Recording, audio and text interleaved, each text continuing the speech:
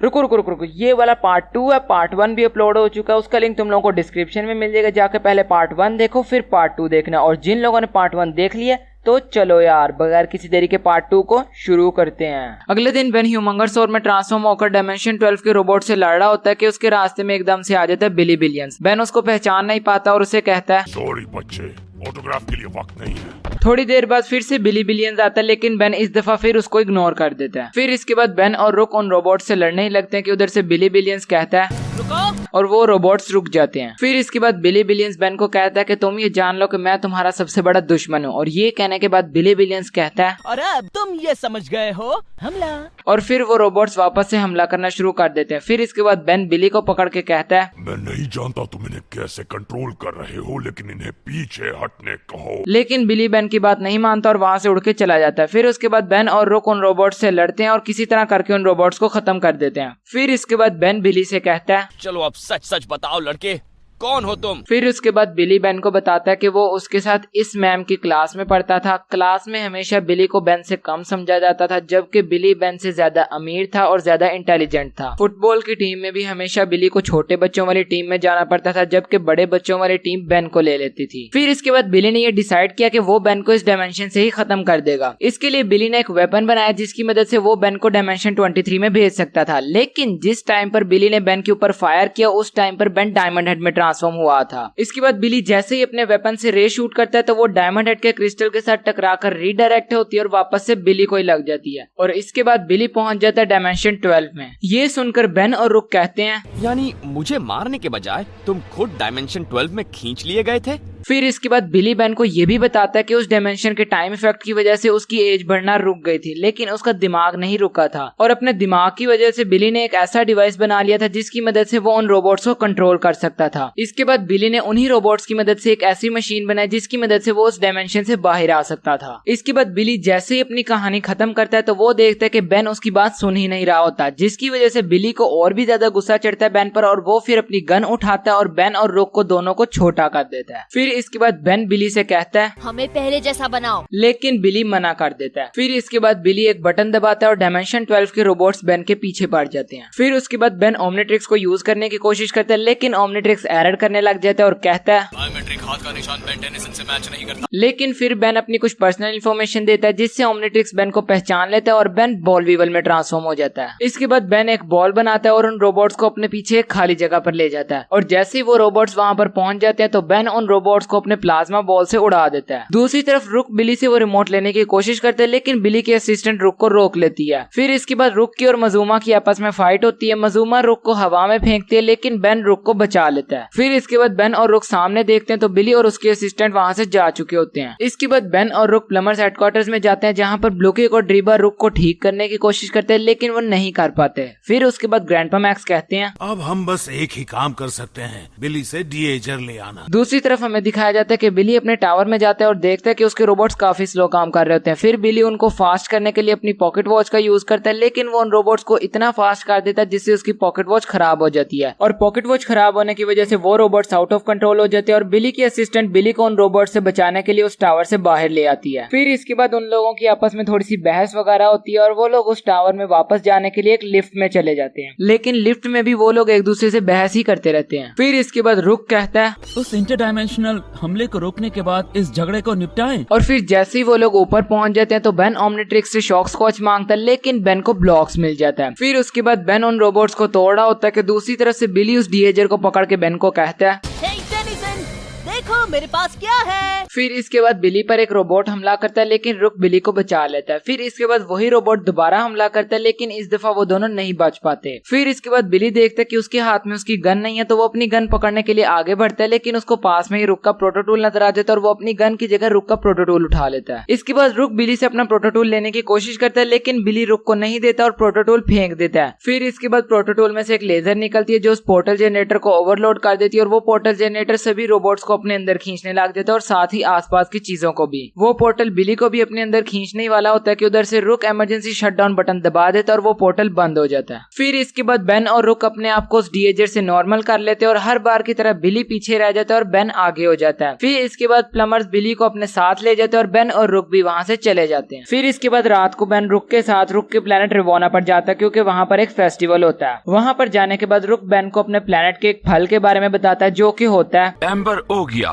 फिर उसके बाद रुक बेन को अपनी सिस्टर्स से इंट्रोड्यूस करवाता है जो कि होती हैं रुक्षी, रुक्षिम, रुक्षार। फिर उसके बाद रुक बेन को अपने भाई से इंट्रोड्यूस करवाता है जो कि होता है यंग वन। फिर उसके बाद रुक अपने पेरेंट्स से भी इंट्रोड्यूस करवाता है जो कि होते हैं रुकदा और रुकब्रेला। फिर उसके बाद बेन उन सभी के साथ बैठकर खाना खाता है, लेकिन बेन उस चीज से खाना खाने लग जाता है जिससे वो अपनी पीठ खुजाते हैं। फिर इसके बाद वो सब हंसने लग जाते हैं, लेकिन एकदम से एक आवाज आती है तो रुक की मॉम जाकर देखती है तो वहाँ पर होती है रेयोना। फिर उसके बाद रेयोना रुक को कहती है क्या तुम मेरे साथ फसलों की कटाई के जश्न पर चलोगे? फिर उसके बाद रुक रेयोना को कहता है पता नहीं मेरे मेहमान का क्या प्लान है, लेकिन मैं तुमसे वहाँ मिलूंगा। और फिर रेयोना वहाँ से चली जाती है। फिर इसके बाद वो लोग वापस से खाना खाने लगते हैं कि वही आवाज दोबारा से आती है। इसके बाद फिर रुक की मॉम देखती है तो वहाँ पर होते हैं म्यूरॉइड। इसके बाद रुक के डैड फायर ब्लास्टर से उस म्यूरॉइड को भगा देते हैं। फिर रुक और उसकी सिस्टर बाहर जाकर देखते हैं तो वो म्यूरॉइड चला जाता है, लेकिन उनको इस बात की हैरानी नहीं होती कि वो म्यूरॉइड यहाँ पर आया था। वो लोग इस बात पे हैरान थे कि वो म्यूरॉइड दो पैरों पर खड़ा था। फिर उसके बाद रात को बेन, रुक और यंग वन एक कमरे में सोते हैं। यंग वन और बेन आपस में थोड़ी सी बातें करते हैं और फिर सो जाते हैं। फिर उसके बाद बेन सभी रवाना गैंडर्स के साथ मिलकर एम्बर ओगिया को निकाल रहा होता है, लेकिन उससे एम्बर ओगिया नहीं निकलता। फिर उसके बाद वो ब्लॉक्स में ट्रांसफॉर्म होकर एम्बर ओगिया को निकालने की कोशिश करता है, लेकिन वो सारे एम्बर ओगिया को वेस्ट कर देता है। इसके बाद वहां पर म्यूरॉइड्स आ जाते हैं और वो उस वेस्ट हुए वाले एम्बर ओगिया को खाने लगते हैं और बेन को भी चाटने लगते हैं क्योंकि बेन के ऊपर भी एम्बर ओगिया लगा होता है। फिर इसके बाद रुक के डैड सभी रवाना गैंडर्स को फायर ब्लास्टर्स दे देते हैं और वो उन म्यूरॉइड्स को वहां से भगाने लग जाते हैं। फिर इसके बाद बेन क्रैश हॉपर में ट्रांसफॉर्म होता है और उन म्यूरॉइड्स को मारकर वहां से भगा देता है। इसके बाद रुक के डैड बेन पर गुस्सा होते हैं क्योंकि बेन को उन म्यूरॉइड्स को सिर्फ डराकर भगाना था, ना कि मारकर भगाना था। फिर इसके बाद रुक बेन को वहां से ले जाता है। फिर उसके बाद रात को सभी रवाना गैंडर्स इकट्ठे होते हैं और दिन में उन्होंने जितना भी एम्बर ओगिया इकट्ठा किया होता है वो सब इकट्ठा कर उन बड़े टैंक्स में भरना शुरू कर देते हैं। लेकिन इस दफा फिर वहां पर म्यूरॉइड्स आ जाते हैं, लेकिन इस दफा बेन एलियन में ट्रांसफॉर्म नहीं होता बल्कि उस फायर ब्लास्टर की मदद से उन म्यूरॉइड्स को भगाने की कोशिश करता है। लेकिन इस दफा वो म्यूरॉइड्स डर के नहीं भागते बल्कि वो जो लेने आए थे यानी कि एम्बर ओगिया उसको अपने साथ लेकर ही जाते हैं। और फिर रुक के डैड कहते हैं हमारी मदद करने के लिए शुक्रिया, और वो भी अपना रूप बदले बिना। और फिर बेन स्टाइल मारने के लिए उस फायर ब्लास्टर को फेंकता है तो उस फायर ब्लास्टर में से एक फायर होता है और वो उस टैंक में जाके गिरता है, जिसकी वजह से उस टैंक में जितना भी एम्बर हो गया होता है वो सारा जल जाता है। इसके बाद रुक अपने डैड को कहता है शायद बेन और मुझे म्यूरॉइड्स का पीछा करके उनके बिल में जाना होगा, और बेन को वहाँ से लेकर चला जाता है। फिर उसके बाद बेन और रुक म्यूरॉइड्स के पीछे उनके बिल में जाते हैं और वहाँ पर वो लोग जाकर देखते हैं कि सारा जो काम म्यूरॉइड्स कर रहे हैं, दो पैरों पर चल रहे हैं और इस तरह की अजीब हरकतें कर रहे हैं, वो फिस्ट्रिक की वजह से कर रहे हैं। म्यूरॉइड्स को स्पेशली फिस्ट्रिक ट्रेन कर रहे हैं इन चीजों के लिए, और म्यूरॉइड्स को अगली फाइट के लिए एक स्पेशल आर्मर भी देकर भेजता है जिसकी मदद से वो ज्यादा से ज्यादा एम्बर ओगिया इकट्ठा कर सकते हैं। ये देखने के बाद बेन रुक से कहता है तुम जाकर किसानों को आगाह करो, मैं फिस्ट्रिक को संभालता हूँ। फिर इसके बाद बेन शॉक स्कॉच में ट्रांसफॉर्म हो जाता है और फिस्ट्रिक से फाइट करने लग जाता है। फिर इसके बाद बेन की और फिस्ट्रिक की आपस में थोड़ी सी फाइट होती है, लेकिन बेन हार जाता है। इसके बाद रुक वापस जाता है और सभी रवाना गैंडर्स को बता देता है कि म्यूरॉइड्स आ रहे हैं। फिर उसके बाद सभी रवाना गैंडर्स तैयार हो जाते हैं और जैसे म्यूरॉइड्स आ जाते हैं फिर उसके बाद रवाना गैंडर्स की और म्यूरॉइड्स की आपस में फाइट होती है, लेकिन इसमें से कुछ म्यूरॉइड्स को रवाना गैंडर्स रोक लेते हैं और कुछ म्यूरॉइड्स काफी ज्यादा एम्बर ओगिया लेकर फिस्ट्रिक के पास पहुंच जाते हैं। और जैसे ही वो सारे म्यूरॉइड्स वहां पर पहुंच जाते हैं तो वो सारे एम्बर ओगिया को एक जगह पर इकट्ठा कर देते हैं और फिर फिस्ट्रिक कहता है स्टार बीम का पावर ऑन करो, मुझे कुछ प्लैनेट्स उड़ाने हैं। फिर इसके बाद जैसे ही फिस्ट्रिक स्टार बीम को उसके टारगेट पर सेट कर लेता है तो उधर से बेन के ओमनिट्रिक्स का टाइम आउट हो जाता है और बेन उधर से बच जाता है। फिर उसके बाद बेन घूमता हुआ आता है और फिस्ट्रिक को गिरा देता है और फिर उस स्टार बीम की डायरेक्शन को चेंज कर देता है और वो प्लेनेट बच जाता है। फिर उसके बाद फिस्ट्रिक बेन को पकड़ के कहता है कि तुम्हें इसकी कीमत चुकानी पड़ेगी, लेकिन आगे से बेन कहता है तुम्हें मेरे दोस्त से मिलना चाहिए। फिर उसके बाद बेन किकनहॉक में ट्रांसफॉर्म हो जाता है और बेन की फिस्ट्रिक के साथ थोड़ी सी फाइट होती है। फाइट के बीच में म्यूरॉइड्स आ जाते हैं। बेन थोड़े से म्यूरॉइड्स को हराता है, बाकी सारे खुद ही जाकर छुप जाते हैं। फिर उसके बाद फिस्ट्रिक बेन को मारने के लिए गन निकालता है, लेकिन बेन फिस्ट्रिक को वो गन यूज करने का मौका ही नहीं देता और फिस्ट्रिक को हरा देता है। फिर उसके बाद बेन उसी गन से एम्बर ओगिया को आग लगाता है जिससे कि सारी शिप तबाह हो जाती है और बेन एक छोटी सी शिप में फिस्ट्रिक और म्यूरॉइड्स को लेकर वापस से रवोना पर आ जाता है। फिर उसके बाद रुक के डैड रुक से कहते हैं ब्लॉन्को, बिना परंपरा तुम कुछ नहीं हो, लेकिन तुम्हारे बिना खुद परंपरा ही नहीं बच पाती। अगली कटाई के वक्त लौट आना बेटे। और फिर बेन रुक को बुलाकर अपनी आउटफिट आउटफिट दिखाता है। बेन समझता है कि वो एक किंग की आउटफिट में, लेकिन वो असल में क्वीन के आउटफिट में होता है। फिर उसके बाद बेन यंग वन के पीछे पड़ जाता है और एपिसोड खत्म हो जाता है। अगले दिन हमें दिखाया जाता है कि 11 साल वाला बेन एक्सेलरेट में ट्रांसफॉर्म होकर इयोन से लड़ रहा होता है। फिर इसके बाद 16 साल वाले बेन की इयोन के साथ थोड़ी सी फाइट होती है और फाइट के बाद जैसे ही बेन के ओमनिट्रिक्स का टाइम आउट होने लगता है तो हमें दिखाया जाता है कि 16 साल वाले बेन और 11 साल वाले बेन दोनों के ओमनिट्रिक्स का टाइम आउट एक साथ होता है। फिर इसके बाद हमें दिखाया जाता है कि इयोन 16 साल वाले और 11 साल वाले बेन दोनों के ओमनिट्रिक्स को पकड़ते हैं और दोनों की पर्सनैलिटीज आपस में चेंज हो जाती हैं। इसके बाद 16 साल वाला बेन जो कि 11 साल वाले बेन की बॉडी में होता है वो डिटो में ट्रांसफॉर्म हो जाता है और अपनी काफी ज्यादा कॉपीज बना लेता है। फिर वो सभी कॉपीज इयोन के ऊपर चढ़ जाते हैं, लेकिन इयोन उन कॉपीज के नीचे से ही गायब हो जाता है। फिर इसके बाद वहां पर ग्वेन और ग्रैंडपा मैक्स आ जाते हैं। ग्वेन और ग्रैंडपा मैक्स और बेन के बीच में काफी ज्यादा कंफ्यूजन वाली डिस्कशन होती है, क्योंकि वो बेन फ्यूचर वाला होता है लेकिन उन्होंने अभी तक फ्यूचर नहीं देखा होता। और फिर इसके बाद हमें दिखाया जाता है 16 साल वाला बेन जिसकी बॉडी में होता है 11 साल वाला बेन। फिर इसके बाद रुक बेन से पूछता है कि तुम्हारी आवाज को क्या हुआ, लेकिन बेन कहता है तुम कौन हो और मेरा नाम कैसे जानते हो? फिर इसके बाद वहां पर इयोन आ जाता है और बेन ओमनिट्रिक्स को यूज करते वक्त देखता है कि उसके पास नया ओमनिट्रिक्स आ चुका है। फिर इसके बाद इयोन बेन से पूछता है पैराडॉक्स कहाँ है? लेकिन बेन को पैराडॉक्स के बारे में नहीं पता होता, क्योंकि वो अभी तक पैराडॉक्स से नहीं मिला होता। और यही बात इयोन को समझ आ जाती है, तो इयोन उस टाइम में जाता है जिस टाइम में 16 साल वाला बेन होता है, यानी कि 11 साल वाले बेन के टाइम में। फिर इसके बाद हमें 16 साल वाला बेन दिखाया जाता है जो 11 साल वाले बेन की बॉडी में फंसा होता है। वो ग्वेन को उसके फ्यूचर के बारे में बता रहा होता है, लेकिन ग्रैंडपा मैक्स उसे कहते हैं और आगे कुछ मत बताना बेन, फ्यूचर के बारे में जितना कम पता हो उतना ही अच्छा। फिर जैसे ही ग्रैंडपा मैक्स ये कहते हैं तो पीछे से प्रोफेसर पैराडॉक्स आ जाते हैं। लेकिन यहाँ पर प्रॉब्लम ये होती है कि 16 साल वाला बेन जो 11 साल वाले बेन की बॉडी में फंसा होता है वो प्रोफेसर पैराडॉक्स को पहचान लेता है, लेकिन 11 साल वाले बेन के ग्रैंडपा अभी तक प्रोफेसर पैराडॉक्स से नहीं मिले होते, इसलिए वो बेन को कहते हैं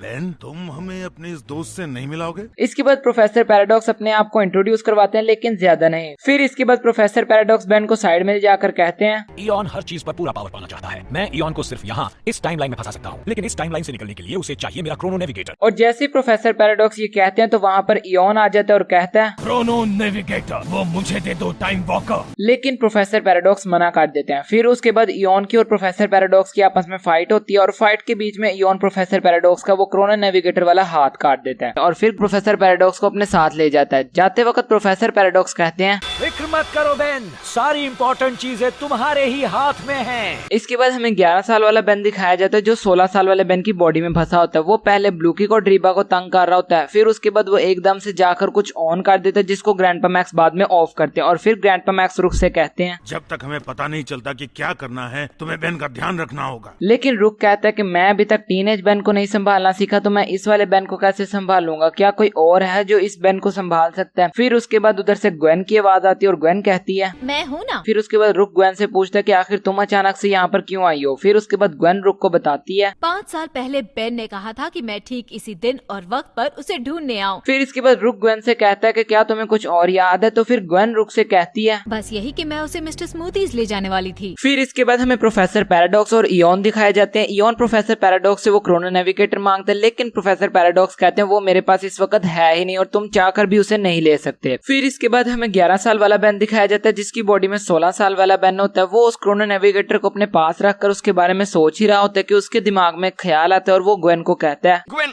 एक एहसान करोगी? आज से 5 साल बाद तुम्हें मुझे ढूंढना है, चाहे मैं जहाँ भी हूँ। इसके बाद बेन वहाँ से चला जाता है। फिर इसके बाद हमें 16 साल वाला बेन दिखाया जाता है जो ग्वेन और रुक के साथ मिस्टर स्मूदीज जा रहा होता है। फिर इसके बाद जैसे ही वो लोग वहाँ पर पहुंच जाते तो एक पोल पर बेन को सुमो स्लैमर्स का स्टिकर नजर आता है। फिर इसके बाद बेन डायमंड हेड में ट्रांसफॉर्म होकर उस पोल के ऊपर देखता है तो उसे एक नंबर लिखा हुआ नजर आता है और आर्मड्रिलो लिखा हुआ नजर आता है। फिर ये नंबर सुनकर रुक कहता है ये तो मैप कोऑर्डिनेट्स हैं। फिर इसके बाद वो लोग उस जगह पर पहुंच जाते हैं जिस जगह के ये कोऑर्डिनेट्स होते हैं। वहाँ पर बेन आर्मड्रिलो में ट्रांसफॉर्म होकर एक और जगह के कोऑर्डिनेट्स निकाल लेता है। फिर इसके बाद वो लोग उस जगह पर जाते हैं तो बेन गोप में ट्रांसफॉर्म होकर एक और जगह के कोऑर्डिनेट्स निकाल लेता है। फिर इसके बाद वो लोग उस जगह पर जाते हैं तो बेन एनर्जी में ट्रांसफॉर्म होकर एक और जगह के कोऑर्डिनेट्स निकाल लेता है। फिर इसके बाद वो लोग उस जगह पर पहुंच जाते हैं और वहां पर बेन वाइल्डमेंट में ट्रांसफॉर्म होकर एक और जगह के कोऑर्डिनेट्स निकाल लेता है और ये वाले कोऑर्डिनेट्स उसी मिस्टर स्मूदीज के होते हैं जहां से उन्होंने स्टार्ट किया था। फिर इसके बाद बेन बिग चिल में ट्रांसफॉर्म हो जाता है और इंटेंजिबल होकर मिस्टर स्मूदीज के अंदर जाता है और वहां से प्रोफेसर पैराडॉक्स का क्रोनो कोरोना नेविगेटर ले आता है। असल में ये कोरोना नेविगेटर बेन ने यहाँ पर तब छुपाया था जब बेन इस टाइम पर रस्ट बकेट से बाहर गया था। फिर इसके बाद बेन उस कोरोना नेविगेटर से अपनी पीठ खुजा ही रहा होता है कि पीछे से इयोन आता है और बेन से वो कोरोना नेविगेटर ले लेता है। इसके बाद बेन आर्टिगोना में ट्रांसफॉर्म होकर इयोन को रोकने की कोशिश करता है, लेकिन इयोन नहीं रुकता। फिर इसके बाद इयोन कोरोना नेविगेटर का यूज कर टाइम पोर्टल्स को खोलता है और उसमें से अपने चमचों को बुला लेता है। फिर इसके बाद बेन की टीम की इयोन के चमचों के साथ फाइट होती है और बेन की टीम जीत जाती है। इसके बाद जिन पोर्टल्स में से इयोन के चमचे बाहर आए थे उन्हीं में से एक पोर्टल में से बेन, रुक और ग्वेन को 11 साल वाले बेन और ग्वेन दिखने लग जाते हैं और साथ ही एक दूसरे पोर्टल में प्रोफेसर पैराडॉक्स भी होते हैं। ये देखकर इयोन कहता है, अगर मैं कॉस्मोस पर राज नहीं कर सकता तो मैं उसे तबाह कर दूंगा। इसके बाद वहाँ पर काफी तेज हवाएं चलने लग जाती है और 16 साल वाला बेन जो कि 11 साल वाले बेन की बॉडी में होता है वो इयोन को रोकने के लिए वाइल्ड वैन में ट्रांसफॉर्म होकर उससे वो कोरोना नेविगेटर लेने की कोशिश करता है, लेकिन वो नहीं ले पाता। इसके बाद बड़ी ग्वेन छोटी ग्वेन के साथ मिलकर एक जादू की मदद से प्रोफेसर पैराडॉक्स को छुड़ाने की कोशिश करते हैं और वो छुड़ा भी लेते हैं। फिर उसके बाद 16 साल वाला बेन जो कि 11 साल वाले बेन की बॉडी में होता है वो प्रोफेसर पैराडॉक्स से पूछते हैं कि कोई आइडिया बताइए जिससे हम इसको रोक सकें। फिर उसके बाद प्रोफेसर पैराडॉक्स कहते हैं, तुम्हें इयोन को अपने टाइम जोन में पहुंचाना होगा, क्लॉकवर्क की मदद ले लो। लेकिन 16 साल वाला बेन कहता है कि उसके पास क्लॉकवर्क नहीं है क्योंकि 11 साल वाले बेन के ओमनिट्रिक्स में क्लॉकवर्क नहीं था। फिर इसके बाद प्रोफेसर पैराडॉक्स कहते हैं, अगर एक ही वक्त में एक्टिवेट किए जाए तो शायद तुम्हारे दोनों ओमनिट्रिक्स सिंक्रोनाइज होंगे। और फिर 16 साल वाला बेन और 11 साल वाला बेन बिल्कुल वैसा ही करते हैं और दोनों क्लॉकवर्क में ट्रांसफॉर्म हो जाते हैं। इसके बाद वो दोनों क्लॉकवर्क इयोन को वहाँ से इरेज कर देते हैं और जैसे ही वो इयोन को वहाँ से इरेज करते हैं तो दोनों बेन्स और दोनों ग्वेन्स और रुक को सारा कुछ भूल जाता है, यानी कि उनको कुछ भी नहीं याद रहता और वहाँ पर सारा कुछ नॉर्मल हो जाता है। फिर इसके बाद वहाँ पर रुक आ जाते हैं और बेन की और रुक की आपस में थोड़ी सी बात हो ही रही होती है कि पीछे से आ जाता है बेन 10,000 और बेन 10,000 आकर कहता है, बेन,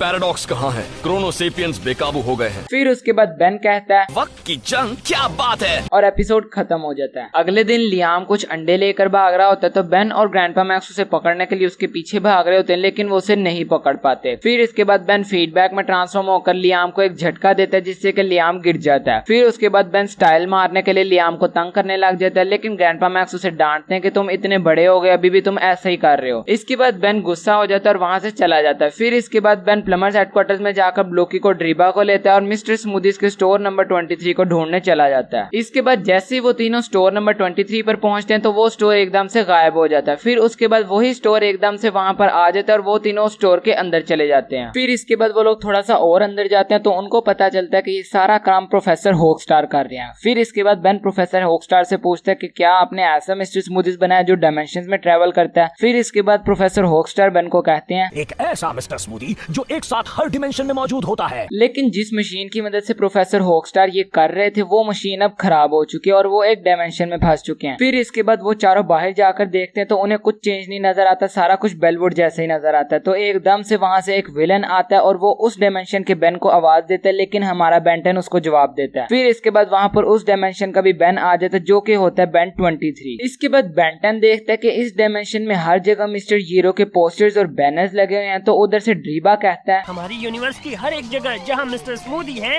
वहीं इस यूनिवर्स में मिस्टर हीरो है। इसके बाद बेन 23 फ्रीज लिजर्ड यानी कि आर्टिगोना में ट्रांसफॉर्म होकर उस विलेन यानी कि टेट्रैक्स से लड़ने लग जाता है और उसको हरा देता है। फिर इसके बाद टेट्रैक्स एकदम से उसको तोड़कर बाहर आ जाता है और बेन 10 उसको रोकने के लिए एक्सेलरेट में ट्रांसफॉर्म होकर उसको पकड़ने ही लगता है कि उधर से टेट्रैक्स टेलीपोर्ट हो जाता है। फिर इसके बाद बेन 23 अपने आप को बेन 10 से इंट्रोड्यूस करवाता है, अपने बारे में बताता है वो कितना अमीर है, वो कितना फेमस है और अपनी सारी चीजों के बारे में बताता है। बातों बातों में बेन 10 विलगैक्स के बारे में बात करता है तो फिर बेन 23 कहता है, ये नाम कभी सुना नहीं। इसके बाद बेन 23 अपने 24th एलियन के साथ बेन को इंट्रोड्यूस करवाता है जो कि होता है फीडबैक। बेन 23 अपने 24th एलियन का नाम प्लगमैन रखने वाला होता है, लेकिन जैसे बेन 10 उसको फीडबैक नाम के बारे में बताता है तो बेन 23 अपने 24th एलियन का नाम फीडबैक रख लेता है। इसके बाद बेन 10 के ओमनिट्रिक्स में से ग्रैंडपा मैक्स की आवाज आती है और ये आवाज सुनकर बेन 23 कहता है, ओह क्या वो ग्रैंडपा मैक्स थे? सालों हुए उनके बारे में सोचे हुए। और फिर इसके बाद हमें पता चल जाता है कि बेन 23 के डायमेंशन में ग्रैंडपा मैक्स भी नहीं है। फिर इसके बाद बेन 10 बेन 23 के कहने पर उसको अपने एलियंस दिखाने लग जाता है। पहले बेन 10 बेन 23 को अपचक दिखाता है जिससे बेन 23 कहता है, वॉमिट मैन। फिर इसके बाद बेन 10 उसको स्पाइडर मंकी दिखाता है जिसे बेन 23 कहता है,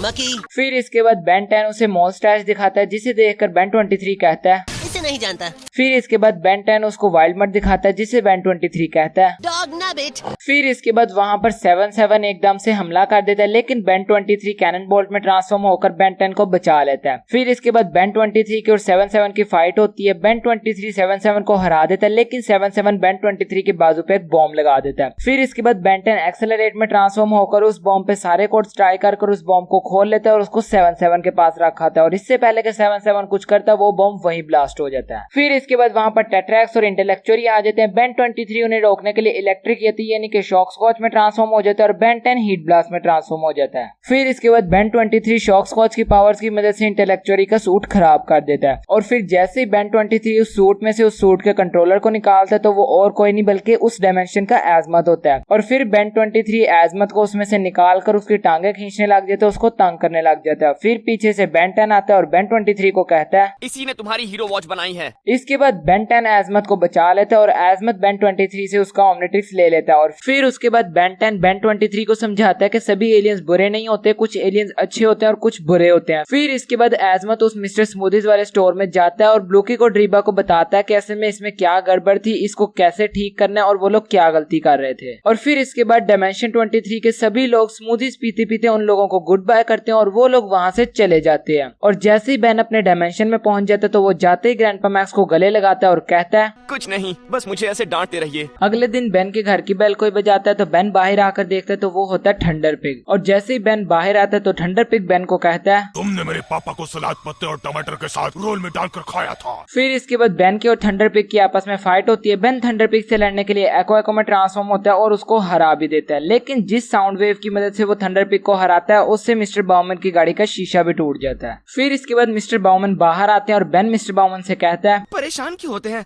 सिर्फ कांच ही तो टूटी है। और फिर तभी उनकी पूरी गाड़ी टूट जाती है। फिर इसके बाद मिस्टर बाउमन बेन को बताते हैं कि जब वो 5.5 साल का था तब उसने एक दफा उनकी गाड़ी को आग लगा दी थी। जब वो 11 साल का था तब तो उसने उनकी एक गाड़ी को स्पेस में ही फेंक दिया था, और जब वो 16 साल का था तब तो उसने उनकी पूरी गाड़ी को ही जमा दिया था। लेकिन इस दफा मिस्टर बाउमन कहते हैं कि जब तक मैं अपनी गाड़ी का नुकसान नहीं पूरा कर लेता, उसको पूरी तरह ठीक नहीं कर लेता, तुम्हें मेरे हिस्से की डिलीवरीज करनी होंगी, मेरी जगह काम करना होगा। इसके बाद जो पहली डिलीवरी होती है वो बेन को एक बड़ा बॉक्स करना होता है जो कि बेन आराम से कर देता है। और दूसरी डिलीवरी होती है पकमार की। बेन उसको उसका पार्सल डिलीवर कर तो देता है, लेकिन हमेशा की तरह बेन उसकी दुकान का काफी ज्यादा नुकसान कर देता है। लेकिन जब बेन तीसरी डिलीवरी देने जाता है तो जिसकी डिलीवरी देने जाता है उसका पार्सल तो उस तक पहुंच जाता है, लेकिन बेन के पास एक और बैग होता है जो फिस्टिक के चमचे के बैग के साथ एक्सचेंज हो जाता है। फिर इसके बाद हमें साइफन दिखाया जाता है जिसने कुछ लोगों को इकट्ठा किया होता है बोली लगाने के लिए एक ड्वार्फ स्टार के लिए, और उस ड्वार्फ स्टार को लाने वाला था फिस्टिक का चमचा। और जैसे ही फिस्टिक का चमचा उस ड्वार्फ स्टार को लाता है और साइफन उसको उसमें से निकाल के देखता है तो वहां पर होती है गोल्ड फिश, और जो ड्वार्फ स्टार वाला बैग होता है वो होता है बेन के पास। फिर उसके बाद जम्बोजो अपने दोस्तों को कहता है जो भी बेन 10 से वो ड्वार्फ स्टार ले आएगा उसे वो मुफ्त मिलेगा। और फिर जम्बोजो और उसकी टीम बेन की ट्रॉली लेकर वहां से भाग जाते हैं और बेन उनको रोकने के लिए ट्रांसफॉर्म हो जाता है आर्मड्रिलो में। फिर इसके बाद बेन की जम्बोजो की टीम के साथ फाइट होती है और बेन जम्बोजो की टीम को हरा देता है। फिर उसके बाद बेन अपनी सेकंड लास्ट डिलीवरी करके कहता है आखिरी डिलीवरी, एक जोड़ी गोल्ड फिश। फिर उसके बाद बेन जा ही रहा होता है कि रास्ते में एक कराहो आता है और उस पैकेज को ले जाता है। फिर उसके बाद बेन एम्फीबियन में ट्रांसफॉर्म होता है और सभी कराहो को बारी बारी करके झटके देकर वो पैकेज वापस ले लेता है। फिर उसके बाद वहाँ पर साइफन आ जाता है और बेन से कहते हैं कि वो ड्वार्फ स्टार मुझे दे दो, लेकिन बेन कहता है नहीं। बेन समझता है कि वहाँ पर सिर्फ साइफन अकेला है जिसको वो आराम से हरा देगा, लेकिन वहाँ पर जम्बोजो, फिस्ट्रिक, रीडल ब्रदर्स, वल्केनस, ट्रॉम्बी पिलर और सेंडर भी होते हैं। फिर इसके बाद साइफन कहता है तुम शायद हमें एक एक करके हरा सकते हो, लेकिन सबको एक साथ हरा पाना नामुमकिन है। और फिर इसके बाद बेन ह्यूमंगर सॉर में ट्रांसफॉर्म होकर एक एक की काफी अच्छी तरह धुलाई करता है, और जैसे ही साइफन की बारी आती है तो साइफन उस ड्वार्फ स्टार का यूज कर लेता है और काफी ज्यादा पावरफुल हो जाता है। और फिर इसके बाद साइफन बेन की उतनी धुलाई करता है जितनी बेन ने उन सभी की थी। और फिर इसके बाद बेन के ओमनिट्रिक्स का टाइम आउट हो जाता है और इसके बाद बेन एक नए एलियन में ट्रांसफॉर्म होता है जिसका नाम होता है टॉयपिक। फिर उसके बाद बेन टॉयपिक की मदद से साइफन को डरा देता है और उससे वो ड्वार्फ स्टार ले लेता है, और इसके साथ साथ वो उन फिशेस को भी ले लेता है। फिर इसके बाद बेन उस आखिरी पार्सल यानी कि उन फिशेस को भी डिलीवर कर देता है और मिस्टर बाउमन के पास चला जाता है। फिर उसके बाद मिस्टर बाउमन बेन का शुक्रिया अदा करते हैं और उससे कहते हैं कि अब मेरी गाड़ी भी ठीक हो गई और तुमने नुकसान भी भर दिया। फिर इसके बाद बेन कहता है तो हिसाब बराबर। फिर इसके बाद मिस्टर बाउमन कहते हैं बिल्कुल बराबर। और फिर इसके बाद मिस्टर बाउमैन की पुरानी कार आसमान से एकदम से काफी तेजी से गिरती हुई आती है और इस दफा वो उनकी कार पे नहीं बल्कि उनके घर पे गिरती है और उनका घर टूट जाता है। और ये कार आसमान से इसीलिए गिरती है क्योंकि बेन जब संडर से फाइट कर रहा था तो बेन ने संडर का होवरबोर्ड इतनी जोर से आसमान में फेंका था कि वो सीधा जाकर मिस्टर बाउमैन की पुरानी कार को लगता है और वो कार एकदम से आसमान से गिर जाती है। और फिर ये देखकर बेन कहता है इस वक्त यही कहना ठीक रहेगा, बाय बाय, और वहां से भाग जाता है और अपने घर का दरवाजा बंद कर लेता है। तो बस यार यहीं पर होता है वेनोम यूनिवर्स के सीजन 2 के पूरे 10 एपिसोड्स का ब्रेकडाउन खत्म। आई होप कि आपको ये ब्रेकडाउन, ये स्टोरी एक्सप्लेनेशन वीडियो पसंद आया होगा। और यार अगर वीडियो पसंद आया तो लाइक करना है, इस वीडियो का लाइक है 200 लाइक्स और 100 कमेंट, तो जल्दी से पूरा कर दो। आई होप कि आप इसको पूरा कर दोगे। एंड यार अगर चैनल पे नए हो तो सब्सक्राइब करना। एंड मैं मिलूंगा आपसे किसी नेक्स्ट वीडियो में, तब तक के लिए गुड बाय।